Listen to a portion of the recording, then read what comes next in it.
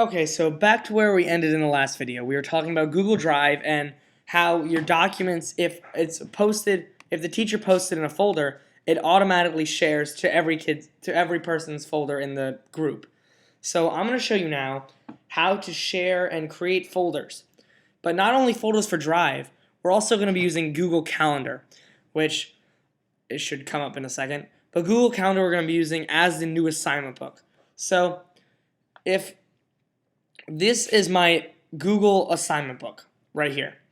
And as you can see on the left-hand side, I have 8th period history, English, chemistry, Latin, and math, all in different colors, so I can tell which is which. And there's a bunch of really useful and intuitive parts to Google Calendar. So let's go back next week where I had more assignments. If you can see, if I'm looking on today being Tuesday, December 11th, I can see I have a test that was today, and I have a long-running assignment that was assigned last week with this, you can tell by this little arrow right here, but it's due Thursday when the box ends. I also have the other history assignments and math homework that are long-running assignments, which go over multiple days. And it's really easy to tell. So if I wanted to go into a day view, these are all my long-running assignments, short-running assignments, no matter what. It's saying that if I want to, I can do any of these today. If we go into this view, I have all my assignments in a view of the whole month. A lot of them aren't showing because I have too many in certain days. So if I click this, it shows me everything I had that day, which is really nice. Or you can just get a list view of it. So if I want to go to, let's say, my history calendar, and I wanted to share it with the whole class, which we have done. I've done with my teacher. All you have to do, if I wanted to share it with Bobby Asher, I would just type in Robert, so R. Asher at gds.org, and I would click Add Person. It would automatically share with his Google GDS email.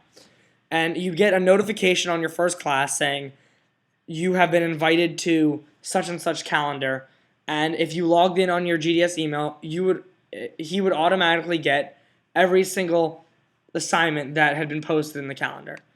Okay, so let's go back, and I can show you how to make a calendar. So let's say create new calendar. If I want to create a calendar called 3rd period physics, you just type it in the calendar name, and I want to share it with certain people. So right now it says I am D Lewis 15, and I can make changes and manage sharing, meaning that only me can add assignments to the calendar.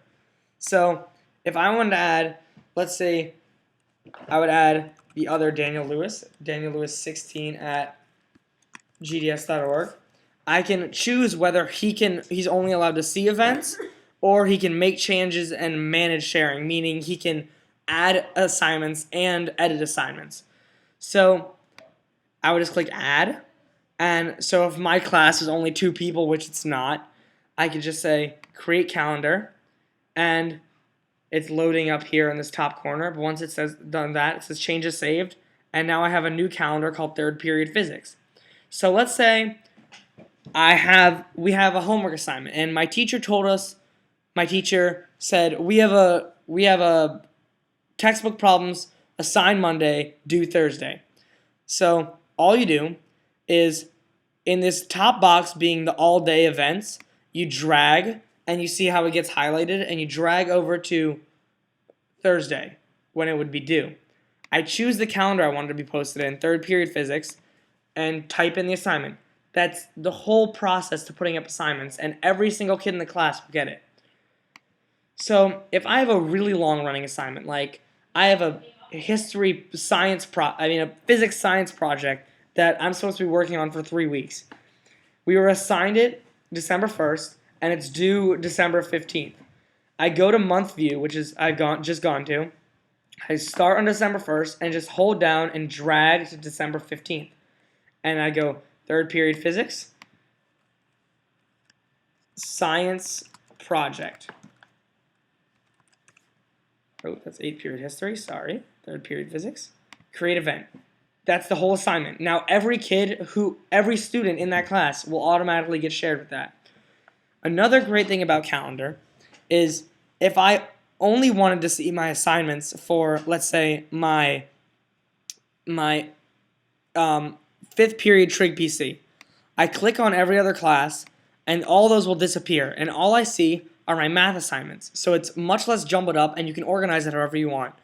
You can also make each class whatever color you want if you're that type of person needing specific colors for every single thing. Okay, so back to Google Drive.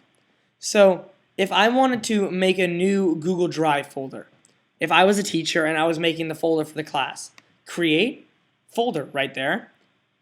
No, I want to click on my drive first. Sorry about that. So I go to create folder, type in the folder. So let's say third period physics. So the same class. Create that. And then all I have to do to share it with the classmates is click plus and type in their GDS emails. So if I want to share it with the other Daniel Lewis, who's in my make-believe physics class in my calendar, dlewis16@gds.org. But what you have to make sure to do is make sure they can only view it instead of edit it, so that they can't put in their own documents and edit the documents that are already there. So I'm going to click share and save. And now I have 3rd period physics folder. If I go into that, any document I put into that, the freshman Daniel Lewis will get that now also. Okay, so 8th period history again. If I go into my assignment sheets and I see this is the Hobbs and Locke paper assignment sheet in my 8th period history folder, as you can see over here.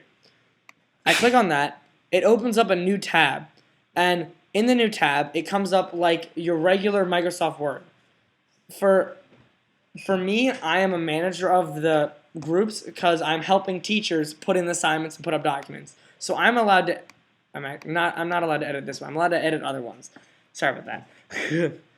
But it comes up just like a regular Word document, and you can see every kid who it's shared with. So if I go, if you can see every kid the group is shared with. So we're going back to calendar here, and I can go into 8th period history, share this calendar. I can see it's shared with all the kids in my class. So if I go back, and I know that if I put an assignment for 8th period history, every kid that was on that list before will see it in their Google Calendar. And if we got a lot of teachers do this, and so I have all my teachers doing it, so mine looks much more jumbled up than most kids would. But if we had a lot of teachers doing this, every kid would have every assignment on theirs, and it would be a perfect, very intuitive, and beautiful assignment book. I'll see you guys soon in the next video.